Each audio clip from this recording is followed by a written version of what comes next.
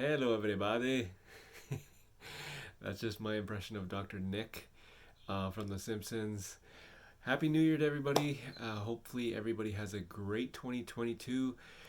Make some goals, achieve them, and make some more goals and achieve them, and obviously make more goals and achieve them. Hope everybody has a great 2022. Not saying that everybody started off well in 2022, and the reason why I'm talking about this is Kevin Porter Jr. and, to a lesser note, Christian Wood.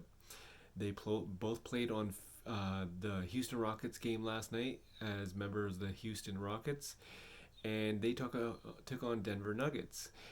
Apparently, some altercation happened in the locker room at halftime.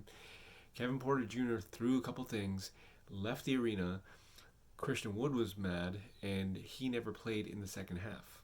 So let's take a look at a couple clips, and you guys be the judge. Another team in that deal, the Cavaliers, we learned that they intend to trade or waive 2019 first-round pick Kevin Porter Jr. during an outburst he had Friday after finding out his locker was given to Taurean Prince, who was acquired in that deal.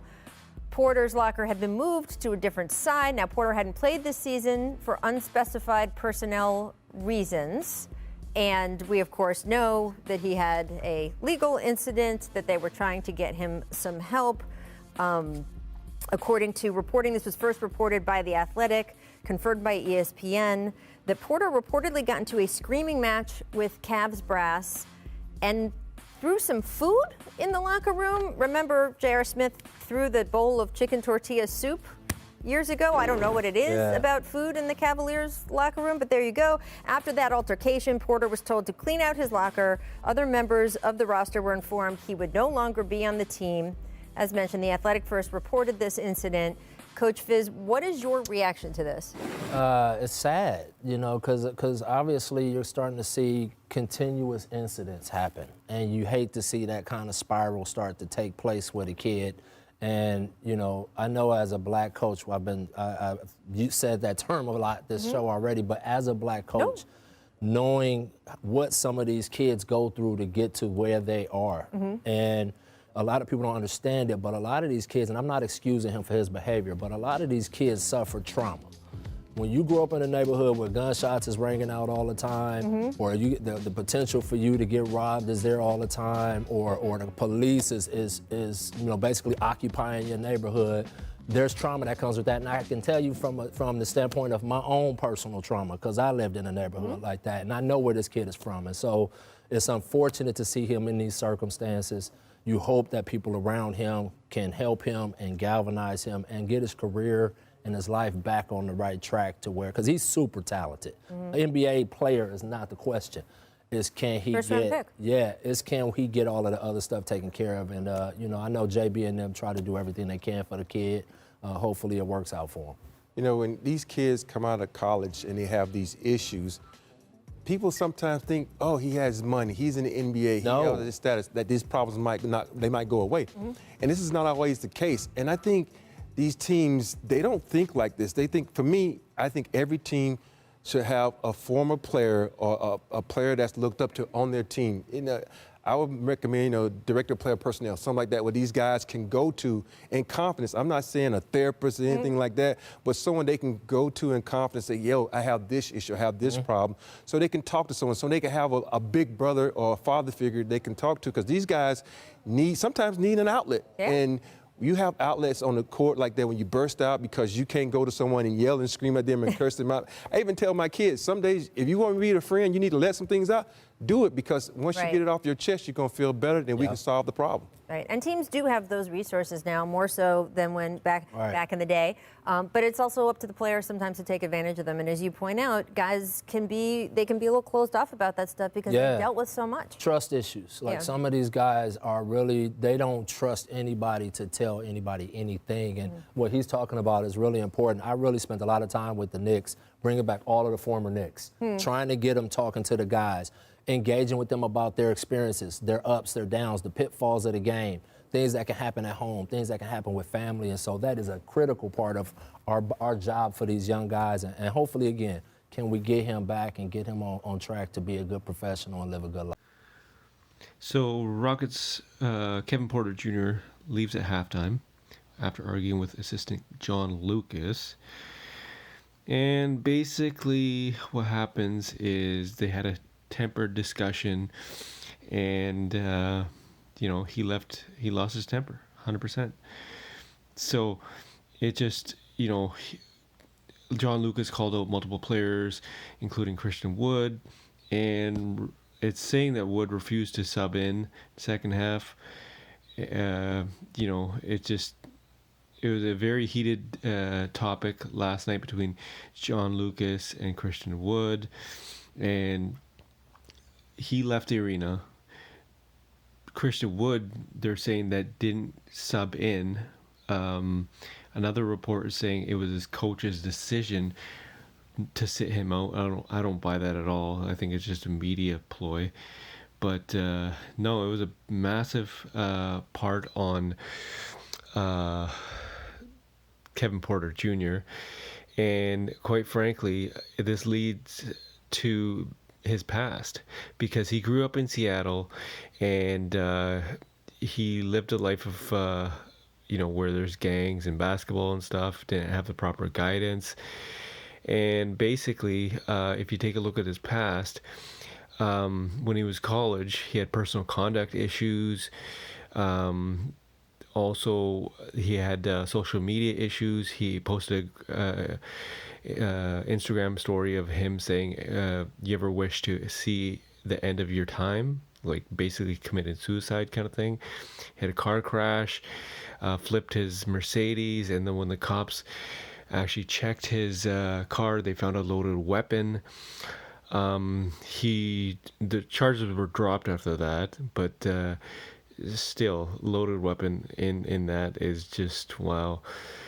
So basically, charges were dropped, and that does not stop there, because two women actually reported this, that he threw a punch in their face, and he actually went and pinned the girl up against the refrigerator, pulled her weave, and then punched her out, like knocked her out kind of thing. So, it just basically, Cavs were not happy at that point, and yeah, they basically traded him. So there you have it. And the reason why I showed you guys those clips is to my next point. Everybody thinks that, Kevin Porter Jr. is a problem. He's not the only problem, though. You know what I mean? Like, it is also the Houston Rockets organization, management. Now, the reason why I'm saying this is because you knew what kind of person you were getting from Cleveland, and you knew his history and everything like that, yet you chose to trade for him, and you don't surround him with any guidance, anything like that. So, like, what do you expect? He's gonna have outbursts because he has nobody to look up to, no mentorship or anything like that. The second this happened last night, I automatically knew. I'm like, okay, you know what? On that Cavs team, there was, like, I know a couple of vets here and there back in the day, they were good, and then they're just sitting on the bench, just guiding people. But I'm not talking about those kind of vets. I'm talking about like vets that used to be all-stars, or used to be like fairly good kind of thing back in the day. And that Houston doesn't have the same thing. Like, if you want Eric Gordon to be a vet for Kevin Porter Jr., that's not going to work, because Eric Gordon really wants out of Houston as well. So you can't have that kind of veteran presence for him. Houston knew this, and they should have aligned him with the right guidance. So, I'm talking about guys like DeAndre Jordan, Rajon Rondo, Boogie Cousins, kind of type players, right? So it's up to the Houston Rockets, and Houston, yes, we do have a problem, right? Because you're not surrounding this very talented individual with the right presence and the right guidance. So, he was in and out of boys and girls club. He had a troubled past, and you want this individual to do well for your organization and also to do well as a human being. So, what do kids need that will propel them into being better humans?